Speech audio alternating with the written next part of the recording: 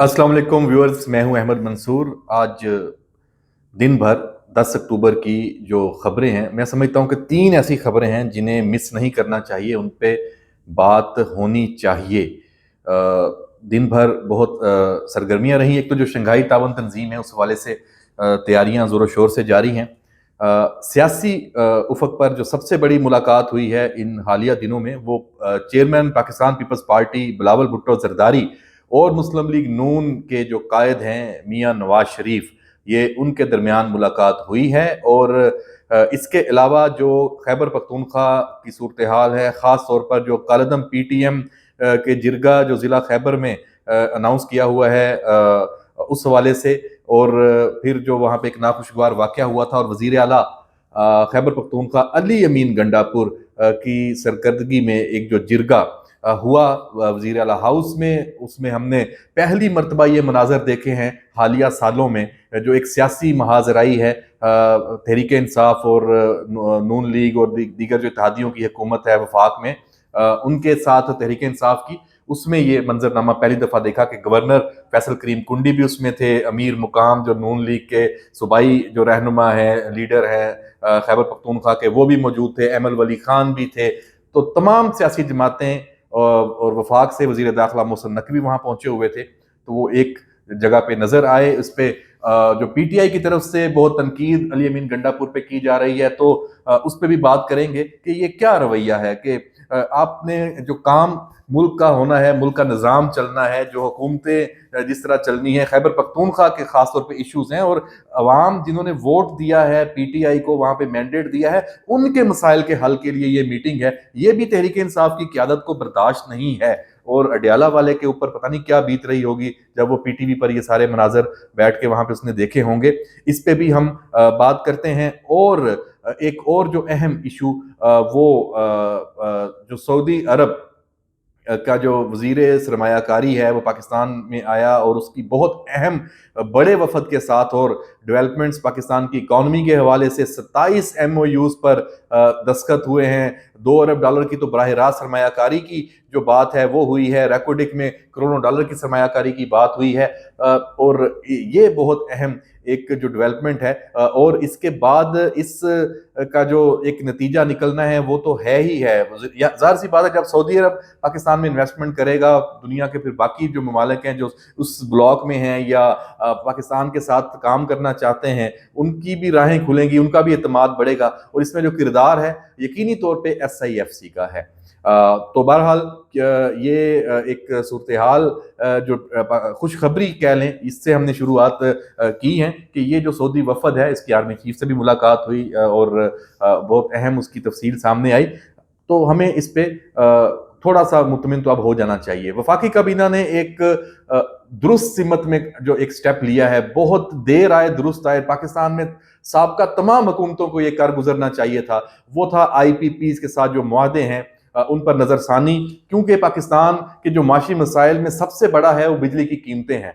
और कीमतें भी ऐसी हैं कि उसने आम आदमी तो क्या, यहाँ पे सन्नत का भी जो बेड़ा गर्क किया है, यहाँ पे कारोबार भी नहीं हो सकता। यहाँ की जो इकॉनमी है वो अपने सही रास्ते पे चल ही नहीं पाती, क्योंकि अखराजात इतने गैर यकीनी हो जाते हैं सिर्फ बिजली की कीमतों की वजह से कि वो पूरे नहीं हो पाते। तो 5 IPPs के साथ जो माहदे हैं वो मनसूख करने की मंजूरी दी है, और इसके साथ साथ जो बाकी हैं उनके भी कान खड़े हैं, उनका भी पीछा किया जा रहा है। और इसमें भी बहुत हद तक जो किरदार है, मैं समझता हूँ, एक तो पॉलिटिकल तो जमात इस्लामी का किरदार है, उसका हमें क्रेडिट देना चाहिए कि उन्होंने इस हवाले से एक पॉलिटिकल जो मुहिम है वो भी शुरू की थी। लेकिन इसके साथ साथ पाकिस्तान के जो अदारे हैं उन्होंने भी इन IPPs का पीछा किया है कि इनके पीछे कौन लोग हैं। इनके पीछे तो सारे पाकिस्तानी नाम हैं, इन्होंने एग्रीमेंट्स क्या किए हैं और सामने क्या है, इसमें किकबैक्स की बातें हैं, इसमें सारी कहानी है। तो उन पे दबाव भी अभी डला है। उन्हें पता चला है कि अब हमारा कच्चा छट्टा सामने आएगा। जो भी IPPs के पीछे लोग हैं उन्हें पता है कि अगर हमने धमकी दी कि हम आलमी इन मादों के ऊपर जो आलमी अदालतों में जाएंगे और ब्लैकमेल करेंगे पाकिस्तान को, तो ऐसा नहीं होने वाला। उनको अब अपनी जान छुड़ाना पड़ेगी। और हुकूमत पाकिस्तान ने बहुत रास्त इक़दाम किया है। वफाकी काबीना ने, वज़ीर आज़म शहबाज शरीफ ने जो ये काम किया है 5 IPPs के मुआहदे मनसूख करने का, इसको आगे बढ़ना चाहिए। ये 50 से ज़ायद हैं اور ابھی کو کہہ رہے ہیں کہ 400 ارب روپے کا سالانہ اس میں سے بچت ہوگی حکومت کو، پاکستان کے خزانے کو، جو ایک بوجھ بہت بڑا ہے اور عام آدمی کے اوپر جو یہ بوجھ ہے وہ کم ہوگا. تو یہ بھی ایک بڑی خبر ہے. واپس آتے ہیں پولیٹیکل محاذ پہ. جو بلاول بھٹو زرداری کی ملاقات ہوئی ہے، وزیر اعظم، سابق وزیر اعظم اور مسلم لیگ نون کے جو قائد ہیں میاں نواز شریف، ظاہر سی بات ہے ٹاپک اس میں ایک ہی ہے، جو ملک کے سارے معاملات ہیں، سیاسی عدم استحکام ہے، باقی چیزیں وہ تو اس میں ضرور زیر بحث آئی ہوں گی. لیکن جو آئینی ترمیم کا معاملہ ہے، جو جوڈیشری سے متعلق ہے، جو اصلاحات سے متعلق ہے، اس پر ایک اصولی اتفاق رائے سامنے آیا ہے. اور ان عدالتی اصلاحات کے حوالے سے اور اس کو پیش کرنے کا جو ہمارے ذرائع یہ بتا رہے ہیں کہ جیسے ہی یہ شنگھائی تعاون تنظیم کا اجلاس ختم ہوگا 15 اکتوبر کو، اس کے فوراً بعد یہ جو آئینی ترمیم کے اوپر پیش رفت شروع ہو جائے گی. غالب امکان ہے کہ 17 18 19 اکتوبر کو یہ معاملہ وہاں پہ آ جائے گا. جو اس کے لیے خصوصی کمیٹی بنی تھی، سید خورشید احمد شاہ اس کے سربراہ ہیں، انہوں نے بھی اجلاس بلا لیا ہے. بلاول سمیت تمام لیڈرشپ اس میں شرکت کرے گی اور اس اجلاس جو یہ خصوصی کمیٹی ہے یہ اس میں مسودے کو اب حتمی شکل بھی دے گی اور اس کے ساتھ ساتھ کنسنسس پیدا کرنے کی بھی کوشش کرے گی. اور اس میں مولانا فضل الرحمان کا جو مسودہ ہے وہ بھی سامنے آنا ہے. اس میں بہرحال پی ٹی آئی کا بھی رول ہے اور اس میں پی ٹی آئی کے جو ارکان اسمبلی ہیں ان کا ووٹ کی بڑی اہمیت ہے. اس پہ بھی ہمارے ذرائع بتاتے ہیں کہ ورکنگ شروع ہے. اور جیسے بلاول نے کہا تھا کہ ضمیر کی آواز پہ ووٹ لوگ دیں گے، تو اگر یہ ہوگا تو ضمیر کی آواز پہ ووٹ دیں گے. تو اس کے بعد پھر پی ٹی آئی کے اوپر بھی یہ آپشن، اس کے اوپر چانس ہوگا کہ وہ ان کی جو ممبرشپ ختم کرنے کے لیے ان پہ جو وہ کلاز لگتی ہے پارٹی پالیسی سے ہٹ کے جانے والی، وہ اس پہ وہ کاروائی بڑھاتے ہیں یا درگزر کرتے ہیں. یہ بھی ایک آپشن کھلا رہے گا. لیکن 20 سے 30 جو پی ٹی آئی کے ارکان اسمبلی ہے ان پہ ورکنگ مکمل ہو چکی ہے، یہ ہمارے ذرائع ہمیں بتا رہے ہیں.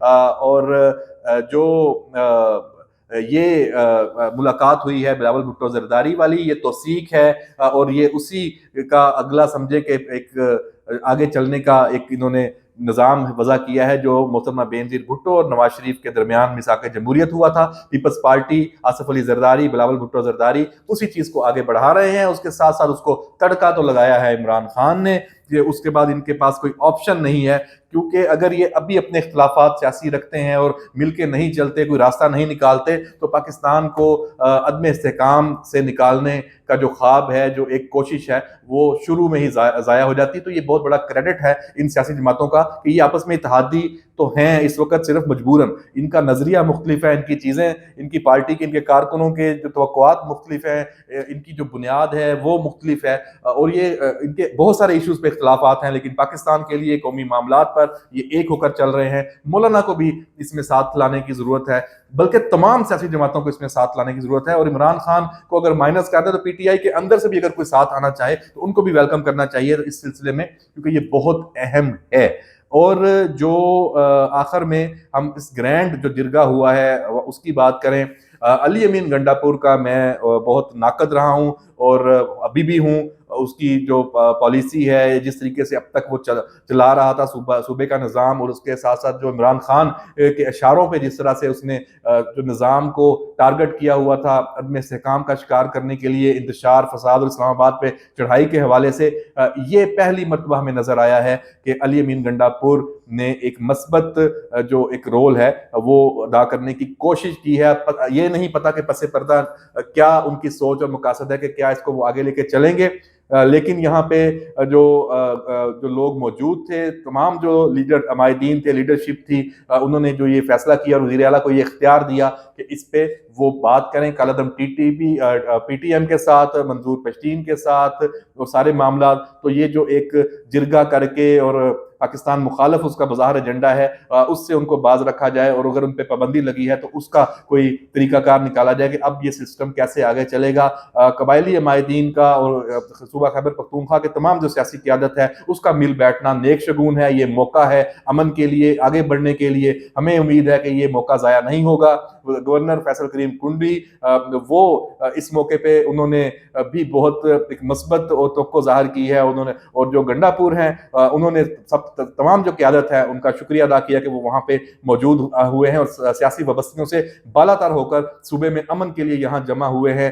तो देखते हैं कि ये क्या होता है। ये पाकिस्तान के लिए बहुत अहम है, खैबर पख्तूनख्वा के लिए बहुत अहम है, अवाम के लिए बहुत अहम है। हम दुआ गो हैं कि ये जो अमन की कोशिश है ये कामयाब हो, वरना जो रियासत की रिट है उसको तो फिर हर कीमत पर जो नाफज करना वो मजबूरी बन जाती है, और वो यकीनन कोई अच्छा रास्ता नहीं होगा। मतलब अच्छे से मुराद ये है कि वो कोई खुशगवार रास्ता नहीं होगा, उसमें मुश्किलात होंगी। तो हमें उससे बचना है। अगर कोई समझ सकता है तो वो समझ जाए और सब आपस में एक दूसरे के लिए स्पेस क्रिएट करें और पाकिस्तान का सोचें। इजाजत दीजिए, अल्लाह हाफिज।